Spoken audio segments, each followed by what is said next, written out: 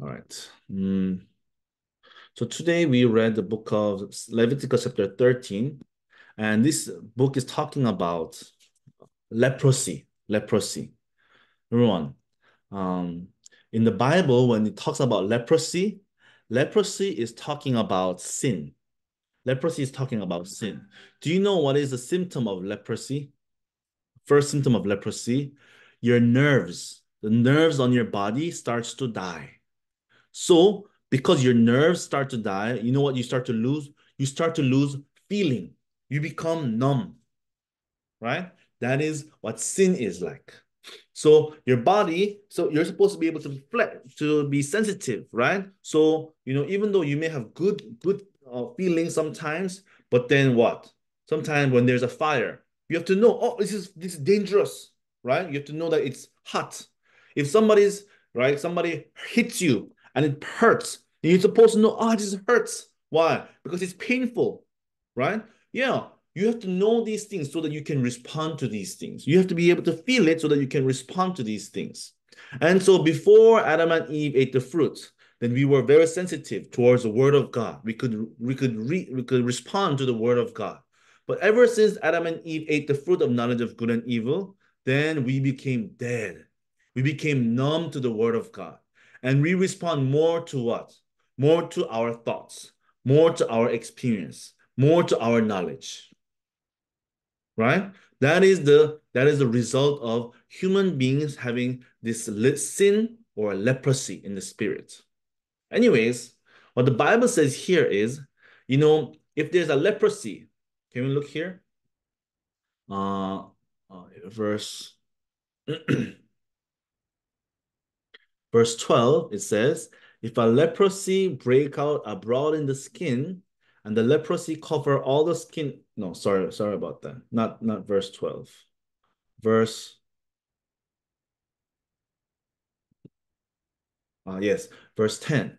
And the priest shall see him, and behold, if the rising be white in the skin, and it have turned the hair white, and there be quick raw flesh in the rising, it is an old leprosy in the skin of his flesh, and the priest shall pronounce him unclean.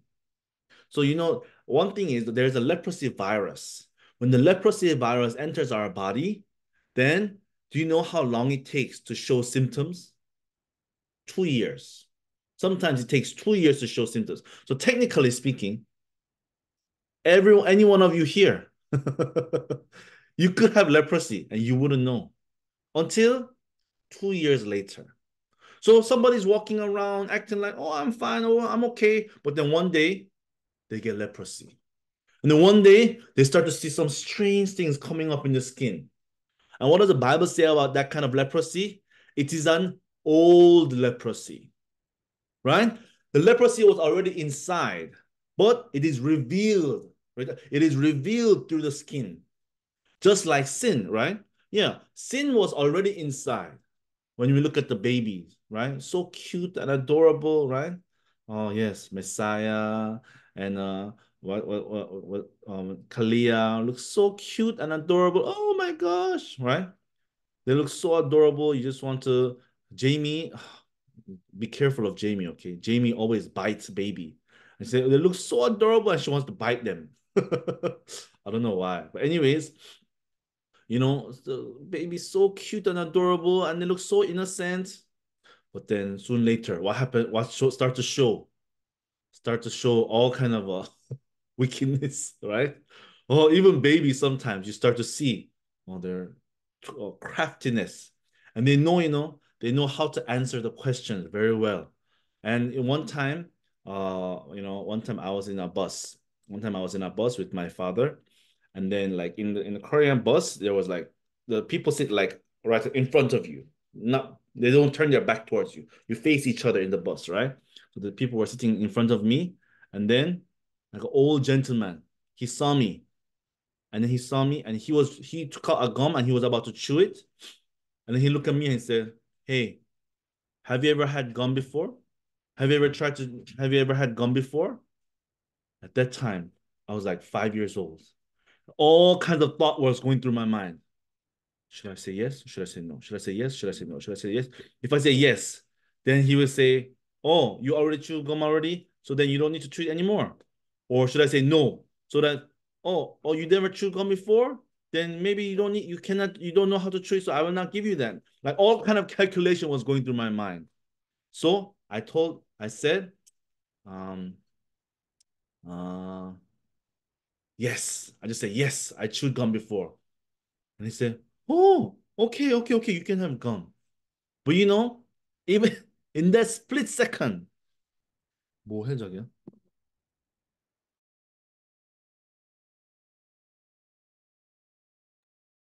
In that split second, I was able to have a lot of thoughts. Young boy, in that split second, thinking so much and calculating so much, right? That is the old leprosy, right? There is a leprosy inside, but it's not revealed until when it is provoked, right? All of us here, generally nice people, right? Who among here say, oh, this is a nasty person? Everybody here is gentle and nice. All the interactions that I have with every one of you here has always been nice, right? Until when? Until Pastor Teddy one day provoke you, right? Until one day something happened, and then what comes out? Old leprosy comes out. Old leprosy, yeah. So it is not that it's not inside; it has been there, but it is revealed, right? It is revealed. So it's not the patch of skin that is showing leprosy. That's not leprosy. What is leprosy? It is the virus in the body that's leprosy, right? But you know what's strange? So, even in those times, the lepers, they don't declare themselves clean or unclean. They have to go to the priest. So when they see something strange in their body, they have to go to the priest. And when they go to the priest check their flesh. And if the priest sees the scab, then the priest says, this is an old leprosy. And what does it say? He is unclean. Everyone, in the Old Testament, being clean or unclean is extremely important. There's many things God calls unclean. For example, sorry, women. Women, I'm sorry, I'm surrounded by women in here. I'm sorry to say this. He's in the Bible. It's not my fault. Okay, he's in the Bible. So women who have time of month is considered unclean for 7 days. Do you know? Yes. And then, even women who bear child, unclean for a couple of days. Yeah.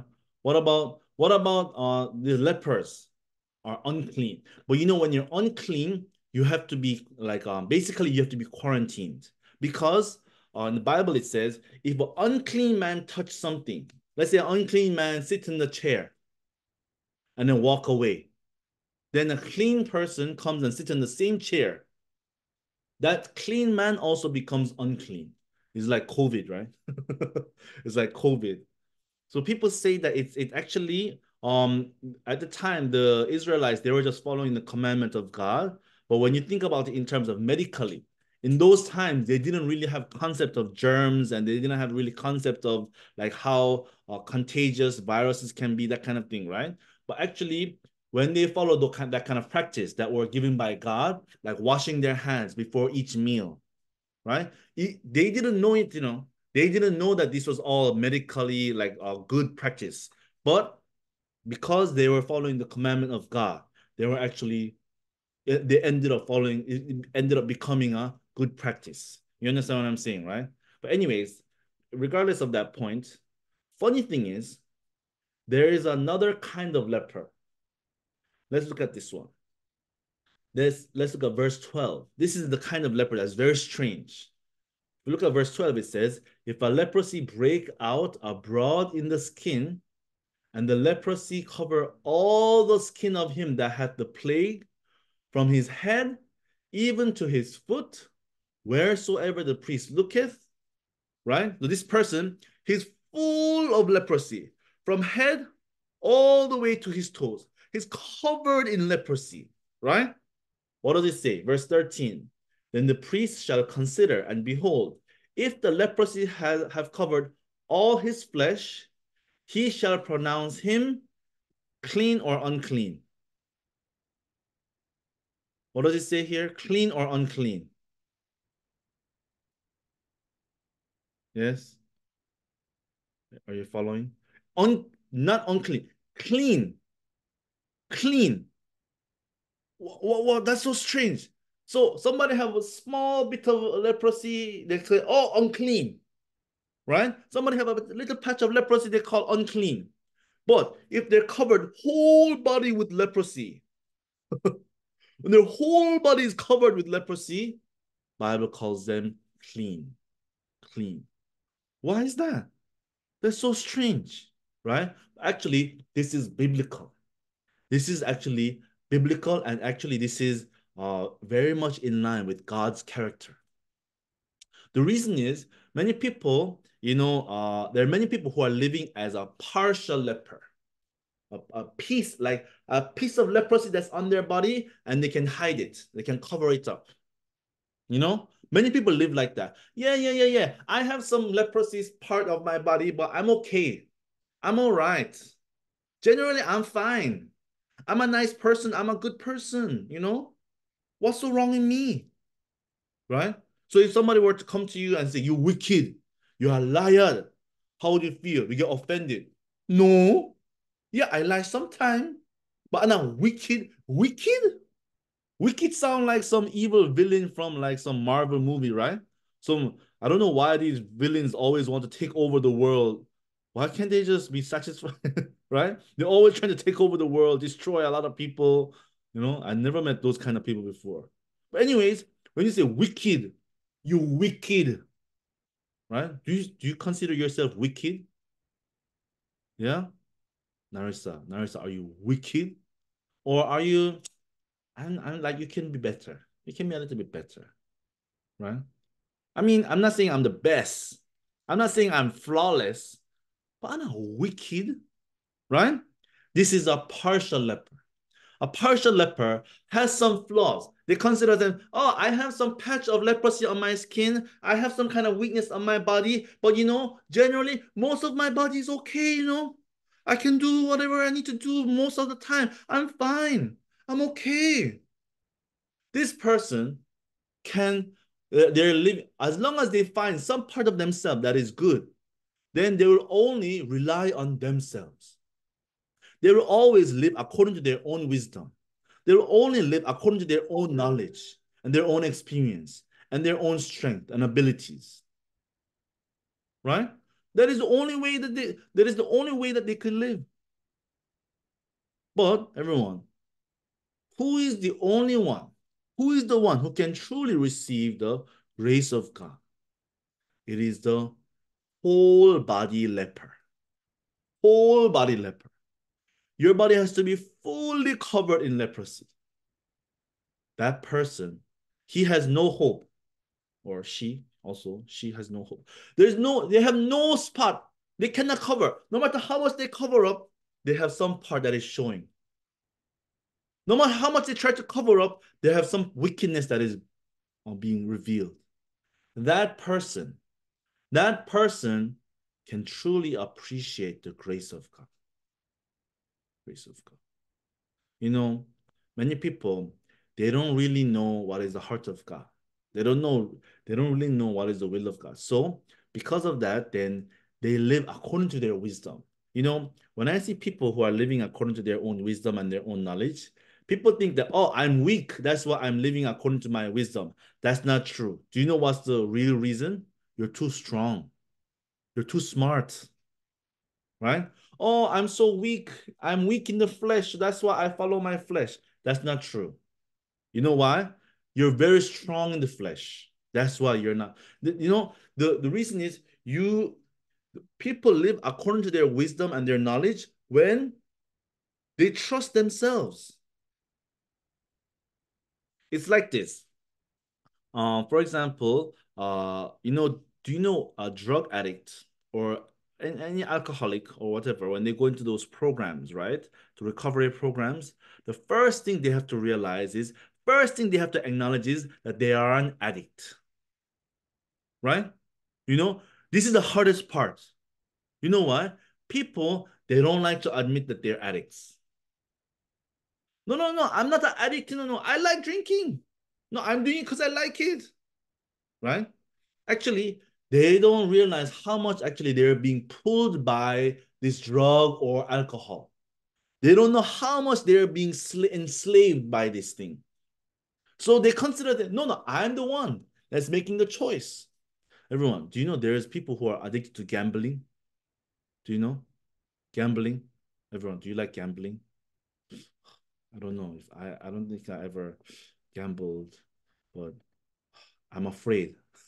Once, actually, I did gamble. So I went to Las Vegas once, and my grandparents came from Korea to the United States, and so my parents took them to Las Vegas. So we had a conference in Los Angeles, and so my grandparents from Los Angeles we came to Dallas. From Los Angeles to Dallas is like 30-hour drive. So on that drive, we went through Grand Canyon and we went through Las Vegas. We went to a lot of sites. Anyways, we went to Las Vegas, my first time going to a casino, right? When you're going to the casino, it's so nice. And you know, people, they come to you, they offer you drinks, you can drink and you can eat, they give you snacks free, free, right? Anyways, we're there and then we just change how much we changed $20. With $20 US, we just changed $20 into chips and then we went to Las Vegas and it's just $20. We're not doing it's not a big deal. So we just go around and we went to one machine and then we put in $1. Put in $1 and then you know what happened? And we won $5. Whoa, it was nice. So what did we do? We put in $5. You know what happened? We won $50. So I was like, whoa, whoa, we got $50 out of we just put in $20 and already we have $55 extra. That's crazy, right? So I put in $50 and I bet even more. These guys so smart. They kept making me like I say that they made me bet, but actually I bet, right? I kept betting, betting, betting until obviously you know what happened, right? What do you think happens to somebody who is thinking like that? Lose all of their money. And my mom was like, "Why you spend all of that money? You could have used that money buy lunch." Yeah, I wasted all of that. We had $70. We could have had $70, but I made it zero. I realized, what if we become addicted to gambling? It's dangerous. You know, some people in Korea, I don't know if people like do that kind of thing here. People in Korea, they're extreme. So they would even sell like their children's like graduation, like college funds. They would sell they will sell their house for gambling. They think, oh, if I could just win this one, then I'll have a lot of money. If I could just win. But until they realize that actually there's an addiction and the addiction is now dragging them. They think that they're doing it, but actually it's not them. It's the addiction that is dragging them. Once they once they acknowledge, oh, it was not me. It was my addiction. And my addiction is much more powerful than me. When they acknowledge that, then they can start to recover. You know? But you know what's funny? People are addicted to sin, addicted to sin, but people don't like to acknowledge that they're addicted to sin. They just think, oh no, no, no. I'm not really addicted to it. It's just exactly how addicts talk. No, no, no, I'm not addicted. I just have flaws sometimes, I make mistakes sometimes, Like, listen, if it's you that's making the choice, if you're the one that's deciding to drink or gamble or do drugs, you know what you should have the choice to do? You should have the power to not do it, right? That's how you can tell.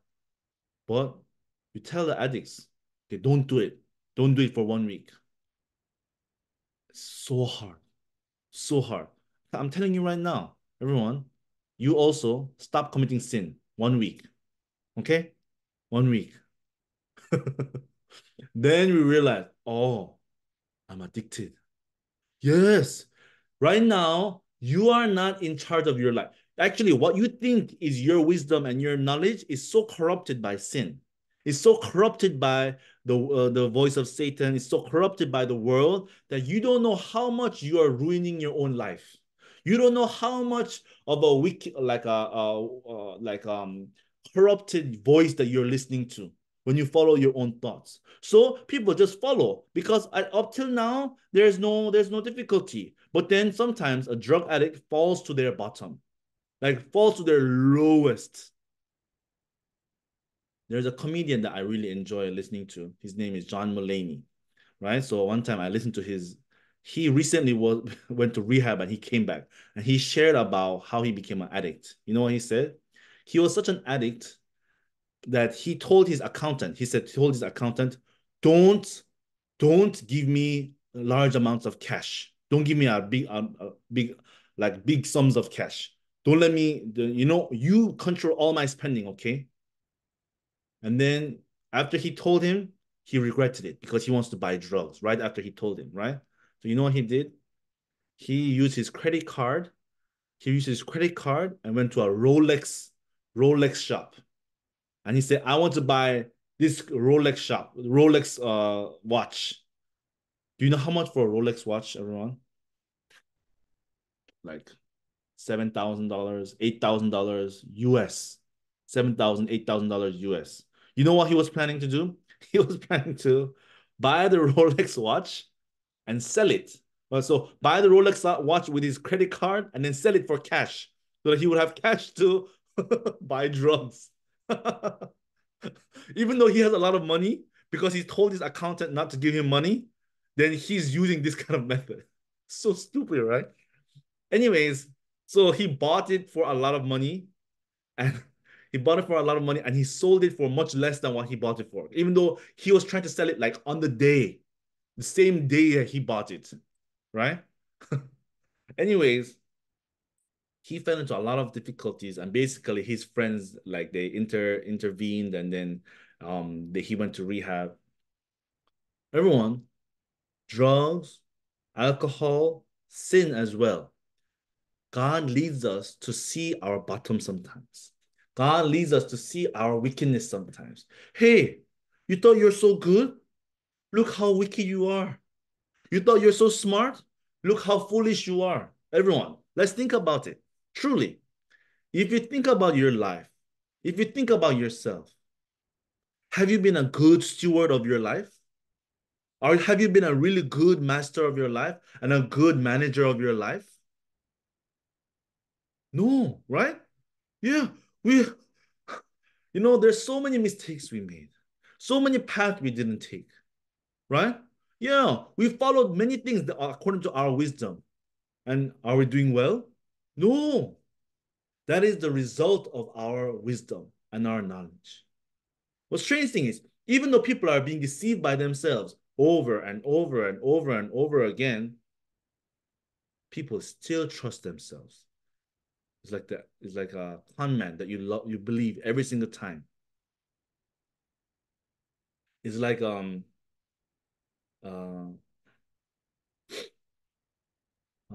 what time is it?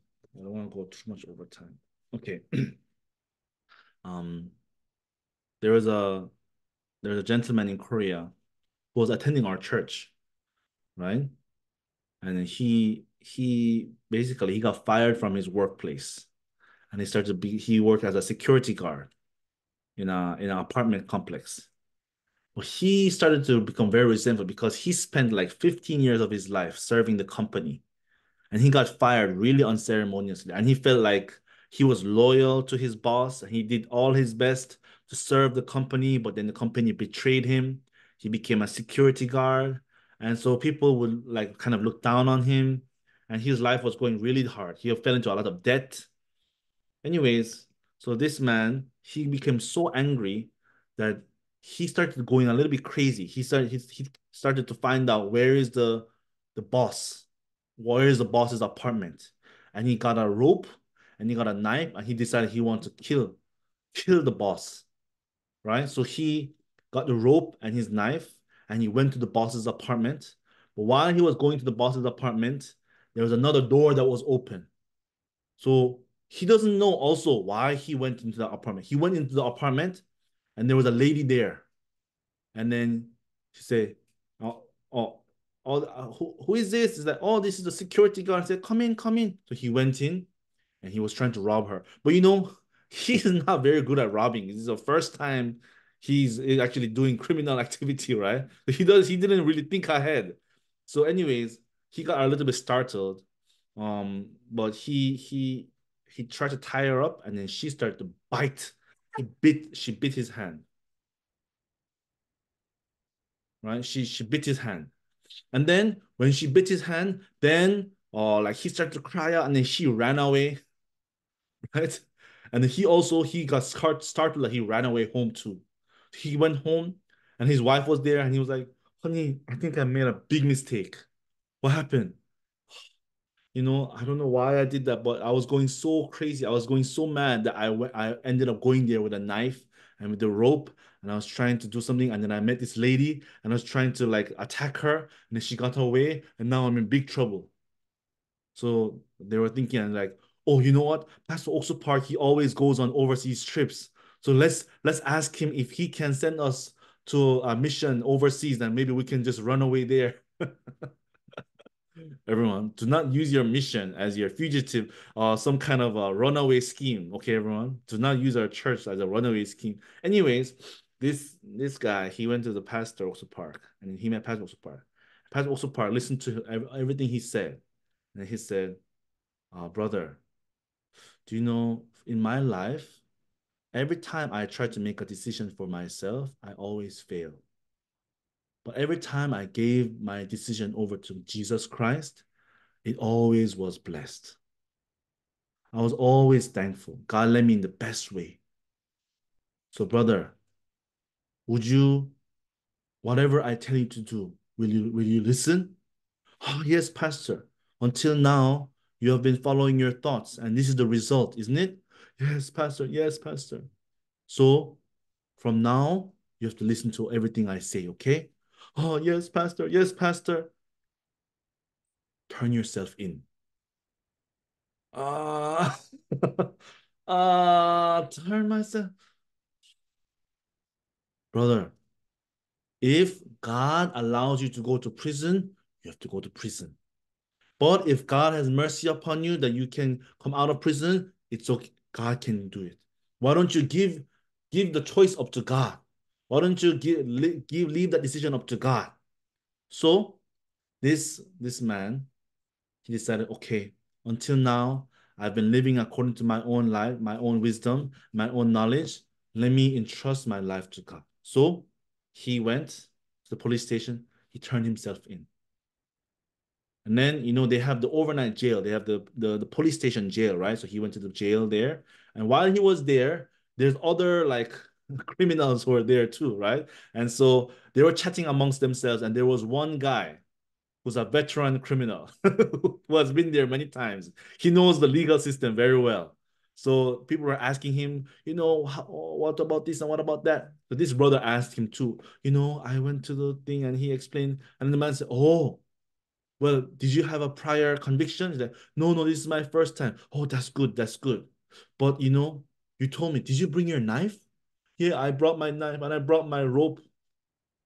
Hey, if you bring it, it is called intentional. If you do it with a premeditation, then you can be given 10 years. You can be given a lot of time in prison. So don't tell them that you brought your own rope or your knife.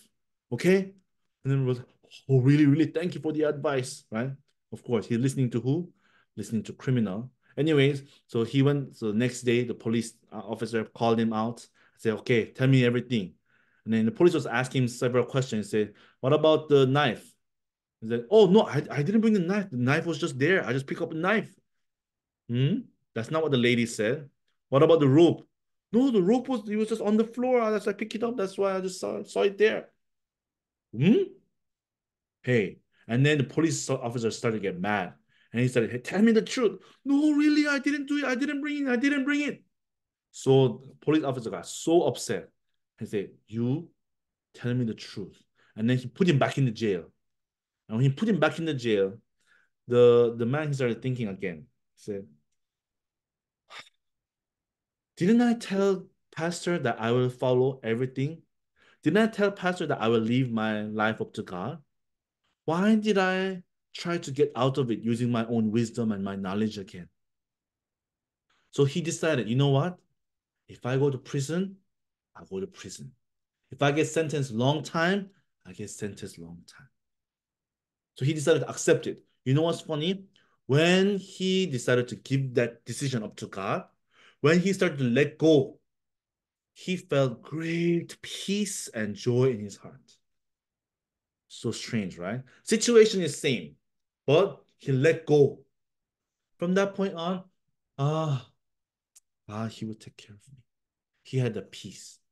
So the next day he went back to the police. The police said, this time you better tell me the truth. And then at that time, he told him exactly, Mr. Officer, sorry, I'm so sorry. I lied to you yesterday. I was worried about this. And so I told you a lie, but this is the truth. And he told everything exactly. And the police was very shocked. Whoa, this guy, he's telling me everything honestly. And then he went to court. And when he went to the court, the police officer wrote a really good recommendation.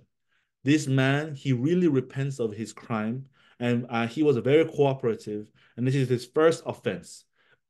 And even the judge, when he saw him, the brother, he was not trying to get out of it to lie and squirm. You know, every time people is on the defendant's stand, they're always trying to find some way to reduce their sentence as much as possible, right? So they're always trying to sneak in some lie here and there, and the judge gets really annoyed about that. But then this brother, he told everything exactly as it is. Even some things that's not even necessary, he said everything. And he said, I'm so sorry. I think I was going mad and he was going crazy. And so he shared everything. And the judge, he looked really good on him. And God had mercy on him. So they let him out on probation. They let him out on probation. So really, really thankful. You know, that brother, he ended up even going to missionary school. Now he's a pastor. A pastor. You know, everyone, who can actually give their life to God? Who can actually like receive the grace of God? Do you know who? Who completely realize, until now, I have been following my own way. Until now, I have been going my own path and I failed. I need only the mercy of God. I am a whole body leper. There's nothing in me that I can trust. There's nothing in me that I can rely on. The only one I can rely on is Jesus Christ. The only one that I can rely on is God. So whatever God allows me, that I will receive. That's that's life of born again Christian. Amen. Yes, everyone. Whole body leper seems like a curse, right? Whole body leper in God's eyes is a clean, is a clean. You know, in the Bible, it's always like that. Woman caught in the act of adultery, man in infirmity for 38 years, Lazarus who died, right? Everybody who has no other hope except what? Except Jesus Christ. They have no hope in themselves. I cannot fix myself. I cannot do anything myself. Only Jesus Christ. That is the person who receives grace. So that's what I wanted to share with you today. Okay. I'm gonna